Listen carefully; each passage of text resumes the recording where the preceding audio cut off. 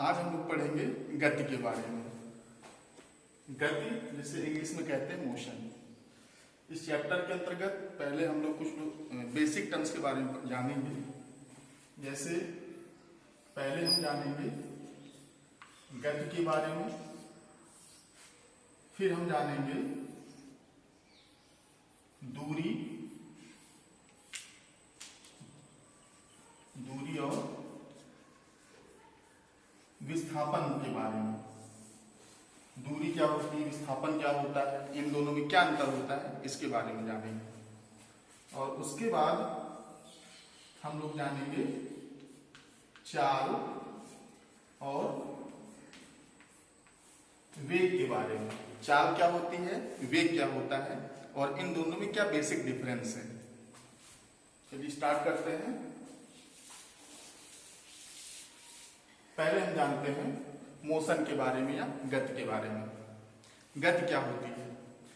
हम लोग दैनिक जीवन में बहुत सारी वस्तुओं को देखते हैं, जैसे आसमान में उड़ते हुए पक्षियों को देखते हैं, रोड पर चलती हुई बैलगाड़ी को देखते हैं, तितलियों को उड़ते हुए देखते हैं। तितलियां एक फूल से दूसरी फूल पर उड़ करके जाती हैं। तो बहुत सारी वस्तुओं को हम देखते हैं कि समय के साथ साथ अपनी स्थिति में ये परिवर्तन करती हैं। तो वास्तव में जो गति होती है, गति की जो सामान्य परिभाषा है कि कोई वस्तु यदि समय के साथ साथ अपनी स्थिति में परिवर्तन करती है तो उसे गति कहते हैं। जैसे एक उदाहरण से समझते हैं इसे। जैसे मान लीजिए कोई ये हमारी वस्तु है, ये वस्तु की प्रारंभिक स्थिति है, वस्तु अभी यहां पर है। मान लेते हैं इस समय जो हमारा टाइम है, जिसको हम t से प्रदर्शित कर रहे हैं, इस समय टाइम हमारा 0 सेकेंड है। तो 0 सेकेंड पर ये वस्तु हमारी यहां पर है।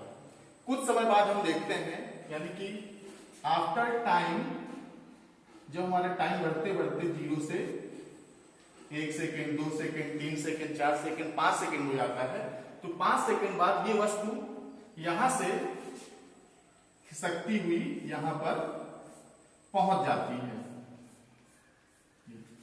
तो यहां पर हमने क्या देखा, क्या समय में यहां पर परिवर्तन हुआ? हाँ हुआ।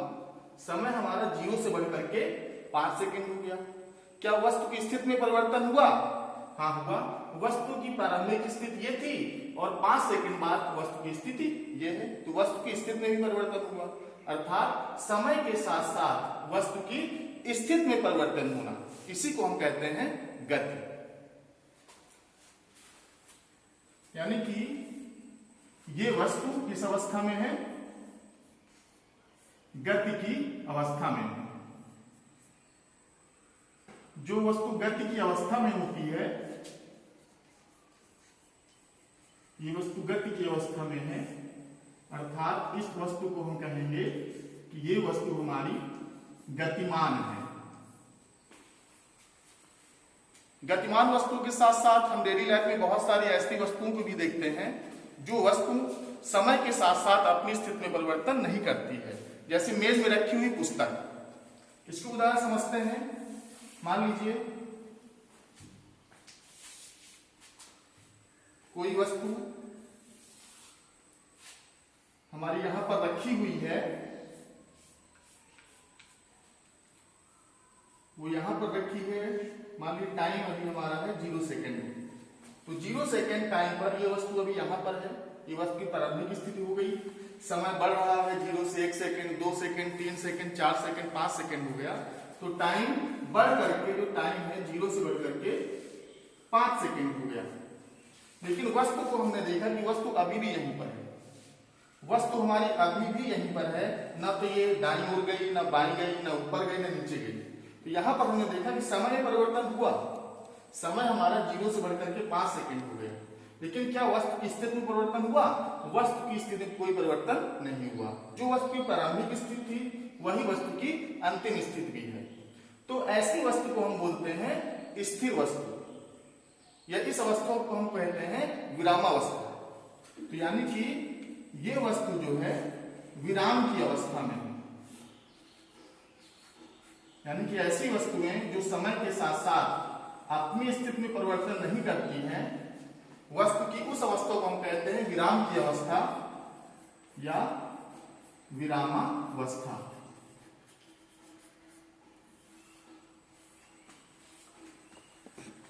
लेकिन गति को परिभाषित करते समय हमें एक चीज का और विशेष ध्यान देना होता है कि गति किसी वस्तु के सापेक्ष निकाली जाती है। जैसे हम एक उदाहरण समझ सकते हैं, जैसे मान लीजिए हम अपने मित्र के साथ में किसी बस में यात्रा कर रहे हैं। बस में हम दोनों मित्र एक ही सीट में बैठ गए, दोनों बैठे हुए हैं, बस हमारी चल रही है, बस चल रही है, समय व्यतीत हो रहा है। मान लीजिए बस चलना स्टार्ट हो गई।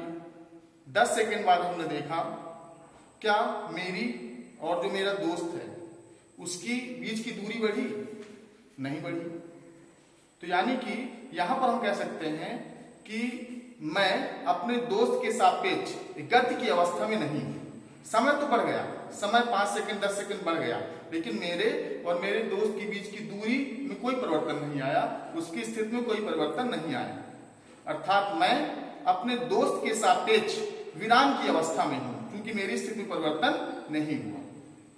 और यदि मान लेते हैं हम दोनों मित्र जो है बस में सफर कर रहे हैं, उसी समय यदि कोई एक सड़क पर खड़ा व्यक्ति हमें देखता है, तब क्या होता है? हमारी बस आगे मूव कर रही है, आगे चल रही है, तो क्या होगा? जो व्यक्ति सड़क पर खड़ा है, क्योंकि हम बस आगे जा रही है, हम भी बस के साथ आगे चले जाएंगे, तो मेरी और उस व्यक्ति जो सड़क पर खड़ा है उसके बीच की जो स्थिति है उसमें परिवर्तन आएगा। यानी कि समय के साथ साथ स्थिति में परिवर्तन यहां पर हो रहा है। यानी कि मैं उस व्यक्ति के सापेक्ष गति की अवस्था में हूं। यानी कि मैं ही अपने दोस्त के सापेक्ष स्थिर अवस्था में था और मैं ही उस व्यक्ति जो सड़क पर खड़ा है उसके सापेक्ष गति की अवस्था में हूं। तो कोई वस्तु स्थिर अवस्था में है या गति की अवस्था में है, इसके लिए हमको देखना पड़ता है हम किसके सापेक्ष उस वस्तु की गति या स्थिरता की हम या विरामावस्था की बात कर रहे हैं। तो यहां पर गति की एक हम परिभाषा बना सकते हैं। गति किसे कहते हैं? तो गति की जो हमारी परिभाषा हुई कि किसी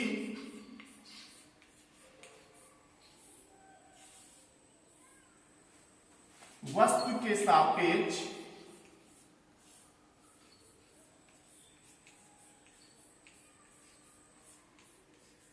किसी वस्तु के सापेक्ष किसी अन्य वस्तु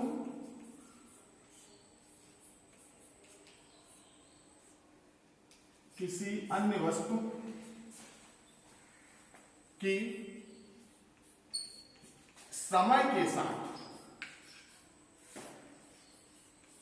समय के साथ किसमें परिवर्तन? स्थिति में परिवर्तन। स्थिति में परिवर्तन उस वस्तु की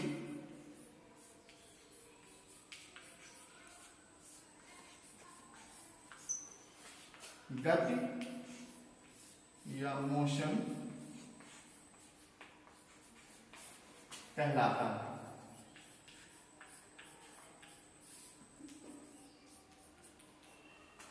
तो सामान्य शब्दों में तो गति कहते हैं समय के साथ साथ स्थिति में परिवर्तन, लेकिन वो पूर्ण परिभाषा नहीं है। समय के साथ हमने देखिए यहां पर समय को भी लिखा हुआ है, स्थिति को भी लिखा हुआ है। तो यदि हम केवल इतना कहते हैं कि समय के साथ स्थिति में परिवर्तन, तो ये गति की पूर्ण परिभाषा नहीं है। इसके लिए हमको किसी के सापेक्ष देखना पड़ता है। तो पूर्ण परिभाषा होती है किसी वस्तु के सापेक्ष किसी अन्य वस्तु की समय के साथ स्थिति में परिवर्तन को वस्तु की गति कहलाती है। तो ये गति की पूर्ण परिभाषा है, तो इस पर ध्यान दीजिएगा। तो ये हो गई गति। अब हम बात करते हैं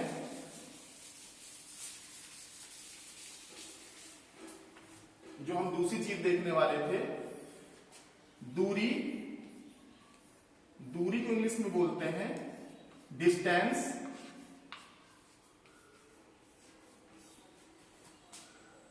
और विस्थापन। विस्थापन को इंग्लिश में कहते हैं डिस्प्लेसमेंट।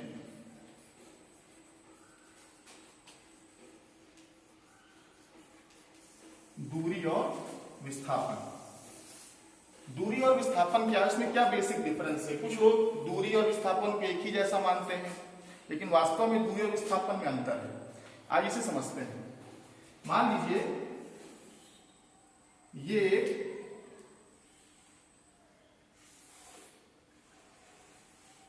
एक आयताकार कमरा है मान लेते हैं, ठीक है। आयताकार कमरे में कितने कोने हैं? 4 कोने हैं। ये मान लेते हैं ए कोना है, ये बी कोना है, ये सी कोना है और ये डी कोना है। और मान लेते हैं हम ए कोने पर खड़े हैं, मान लेते हैं हम ए कोने पर खड़े हैं और हमको जो है दीवार के किनारे किनारे डी कोने पर पहुंचना है। पहले हम यहां से मान लेते हैं, यहां से हम यहां गए, ए से हम गए बी कोने पर। मान लेते हैं ए कोने से बी कोने की दूरी जो है वो 3 मीटर है। फिर बी कोने से हम सी कोने में गए, तो यहां पर दूरी मान लेते हैं 4 मीटर है, और सी कोने पहुंच गए, और सी से हम जो है फिर से डी कोने में आ गए। तो चूंकि ये वाली दूरी भी ए से जो बी की दूरी थी 3 मीटर थी, तो ये वाली दूरी भी सी से लेकर के डी की दूरी भी 3 मीटर होगी। तो हमको पहुंचना था ए कोने से इस पाथ के थ्रू, इस रास्ते के थ्रू हमको पहुंचना था डी कोने में। तो हमने कितनी दूरी तय की? तो अगर दूरी निकालना चाहें तो दूरी के लिए हम क्या करेंगे? जो हमने पाथ फॉलो किया है, जिस रास्ते के थ्रू हम गए हैं, उस पथ की कुल लंबाई हमारी कहलाती दूरी। तो हमने कुल कितनी लंबाई तय की? यहां से यहां गए, तो जो हमने दूरी तय की, यहां पर दूरी हमारी आएगी यहां से यहां तक 3 मीटर। पहले हम 3 मीटर चले, प्लस बी से लेकर के सी तक 4 मीटर, तो प्लस 4 मीटर, और फिर सी से लेकर के डी तक 3 मीटर। तो कुल हमको जो कुल पथ की लंबाई हुई, रास्ते की जो लंबाई हुई 3 + 4 + 3, यानी कि 3 और 4 7 मीटर, और 7 और 3 10 मीटर। यानी कि हमने जो दूरी तय की वो दूरी हुई 10 मीटर। तो दूरी क्या होती है? दूरी होती है किसी वस्तु द्वारा तय किए गए पथ की लंबाई। किसी वस्तु द्वारा तय किए गए पथ की कुल लंबाई को हम कहते हैं दूरी। और विस्थापन क्या होगा? यदि हम ए कोने से डी कोने पर पहुंच चुके हैं तो विस्थापन कितना होगा? विस्थापन कहते हैं, विस्थापन के लिए हमको रास्ते से कोई मतलब नहीं है, किस पाथ को हम फॉलो करने से कोई मतलब नहीं है। हमको देखना पड़ता है starting point and and point. हमने स्टार्ट कहां से किया था? स्टार्ट किया था ए पॉइंट से, ए स्थित से। पहुंचे कहां पर? एंड पॉइंट क्या है? डी है। तो हमको केवल इन 2 पॉइंट से मतलब ए और डी से। तो प्रारंभिक स्थिति और अंतिम स्थिति के बीच की जो न्यूनतम दूरी होती है, प्रारंभिक स्थिति और अंतिम स्थिति के बीच की जो न्यूनतम दूरी होती है, कम से कम दूरी होती है, उसको हम बोलते हैं विस्थापन। हम किस रास्ते के द्वारा गए हैं इससे हमें कोई मतलब नहीं विस्थापन यदि हम देखते हैं तो प्रारंभिक स्थिति ये थी और अंतिम स्थिति हमारी ये है, डी पर हम पहुंचे, तो ए और डी के बीच की न्यूनतम दूरी कितनी होगी? क्या हम इस मार्ग से जाए तब न्यूनतम बनेगा, ये ऐसे घूम करके जाए तब न्यूनतम बनेगा, ये थोड़ा और ऊपर पे जाए तब न्यूनतम बनेगा, ये एक सीधे सीधे बिल्कुल चले गए तब न्यूनतम होगा? तो न्यूनतम के लिए हमको बिल्कुल ए से डी की ओर जाना पड़ेगा, बिल्कुल स्ट्रेट लाइन, बिल्कुल सीधा जाना पड़ेगा। यानी कि न्यूनतम दूरी हमारी ए से डी के बीच यदि स्ट्रेट लाइन खींच दें तो इसकी जो लंबाई होगी ए से डी तक की, वो हमारा कहलाएगा विस्थापन। तो विस्थापन कहलाता है प्रारंभिक स्थिति और अंतिम स्थिति के बीच की न्यूनतम दूरी को बोलते हैं विस्थापन। और दूरी किसे कहते हैं? जो हमने पथ तय किया है उस पथ की कुल लंबाई कहलाती है दूरी। तो यानी कि दूरी तो हमारी निकल आई 10 मीटर, तो विस्थापन बता सकते हैं कितना होगा इसका विस्थापन। तो विस्थापन के लिए हमको प्रारंभिक स्थिति देखनी है और अंतिम स्थिति देखनी है। इन दोनों स्थिति के बीच की न्यूनतम दूरी, मतलब ये दूरी निकालनी है। और ये दूरी कितनी होगी? ये दूरी जो होगी वो इसके बराबर होगी, यानी कि इसके सामने चूंकि एक आयत का रूप है तो आयत की आमने सामने की भुजाएं बराबर होती हैं। यदि यहां से बी से लेकर के जो सी तक की दूरी होगी वही दूरी हमारी ए से बी तक की होगी, यानी कि ए से लेकर के बी तक की दूरी हमारी होगी 4 मीटर। तो यही 4 मीटर हमारा क्या होगा? ये 4 मीटर हमारा जो होगा ये विस्थापन होगा। सॉरी, विस्थापन हमारा होगा 4 मीटर। तो यहां पर हमने देखा दूरी हमारी निकल कर के आई 10 मीटर और विस्थापन निकल कर के आया 4 मीटर। तो अब यहां पर इसको और दूसरे उदाहरण से भी समझ सकते हैं और इसको समझते हैं। मान लीजिए कोई व्यक्ति एक ये वृत्त है, वृत्ताकार कोई मार्ग है, वृत्ताकार मार्ग पर कोई वो गति कर रहा है, चक्कर लगा रहा है मान लेते हैं। इस वृत्ताकार मार्ग का ये हमारा केंद्र हो गया, ठीक है। मान लीजिए वो व्यक्ति हमारा यहां पर खड़ा है और इस वृत्ताकार यहां से स्टार्टिंग पॉइंट है उसका और यहां से वो इस वृत्त का आधा पथ तय करता है। पूरा पथ तय करेगा तो पूरा चक्कर नहीं लगाता है, वो आधा चक्कर लगाता है। तो आधा चक्कर मतलब यहां से वो स्टार्ट कर रहा है तो यहां से होते हुए ये जो है यहां पर पहुंच जाता है इस तरह से। मान लेते हैं इसका स्टार्टिंग पॉइंट ए था, फिर यहां पहुंचो तो ये बी हो गया और उसका एंड पॉइंट जो है वो सी है। और मान लेते हैं ये जो वृत्ताकार पथ है इसकी जो त्रिज्या है, त्रिज्या मान लेते हैं 5 मीटर। इस वृत्ताकार पथ की त्रिज्या 5 मीटर है। तो क्या आप बता सकते हैं व्यक्ति ने कितनी दूरी तय की? उस व्यक्ति ने केवल आधा चक्कर लगाया हुआ है, ए पॉइंट से इस बी के थ्रू होते हुए सी पॉइंट पर पहुंचा है। तो इस व्यक्ति ने कितनी दूरी तय की? तो हमने दूरी के लिए बताया है कि पथ की जो कुल लंबाई होती है, जिस पथ के द्वारा वो जा रहा है उसकी कुल लंबाई कहलाती है दूरी। तो उसके द्वारा तय किया गया पथ ये था, यहां से व्यक्ति होते हुए यहां तक गया, मतलब यहां से लेकर के यहां तक की दूरी, ए से लेकर के सी तक की दूरी। अब यहां पर आप देख रहे हो इसको आप आसानी से निकाल सकते हो, क्योंकि यदि हम देखें तो यदि ए से लेकर के वो पुनः इस चक्कर लगाते पूरा उसने एक चक्कर पूरा कर लिया होता, यानी कि उसने वृत्त की परिधि के बराबर दूरी तय कर ली होती, लेकिन उसने पूरा चक्कर नहीं लगाया, उसने आधा चक्कर लगाया है, यानी कि हम वृत्त की परिधि का आधा कर देंगे। सबसे पहले वृत्त की परिधि, तो इस वृत्त की परिधि, तो वृत्त की परिधि के बराबर हमें सूत्र मालूम है क्या होता है, सभी लोग जानते हैं 2 पाई आर। दो एक कांस्टेंट वैल्यू है, पाई भी कांस्टेंट वैल्यू है और आर त्रिज्या है, ये त्रिज्या है। यानी कि वृत्त की परिधि त्रिज्या पर निर्भर करती है। त्रिज्या का मान घटेगा बढ़ेगा, ये तो घटते बढ़ते नहीं कांस्टेंट रहते हैं, त्रिज्या का मान घटेगा बढ़ेगा तो परिधि का मान भी ऑटोमेटिकली घटेगा या बढ़ेगा। इस फार्मूले में रख देते हैं तो वृत्त की परिधि कितनी आएगी 2, पाई का मान सभी लोग जानते हैं 3.14 और त्रिज्या हमारी है 5 मीटर। तो 5 मीटर हो गया, तो 5 का 2 मल्टीप्लाई कर देंगे, 5 दूनी 10, ये 10 हो गया, 10 गुणे 3.14 और 10 का 3.14 में गुणा होगा 0.1 अंक आगे पहुंच जाएगा, तो ये आ जाएगा 31.4 मीटर।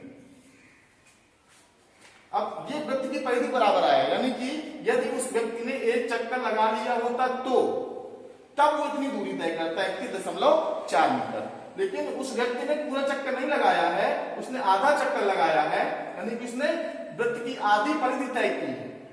तो यानी कि जो दूरी निकल करके आएगी व्यक्ति द्वारा तय की गई दूरी तय की गई दूरी। तो ये वृत्त की जो परिधि होगा, परिधि कितना था? 31.4 मीटर ये परिधि थी। क्योंकि आधे पर जिसने तय की है, जिसका आधा कर देंगे, 2 से डिवाइड कर देंगे, तो ये आएगा, भाग देंगे इसका, 2 एकम 2, 2 पंचे 10.2 सत्ते 14 मीटर। यानी कि इस व्यक्ति ने जो दूरी तय की है वो कितनी तय की है? 15.7 मीटर।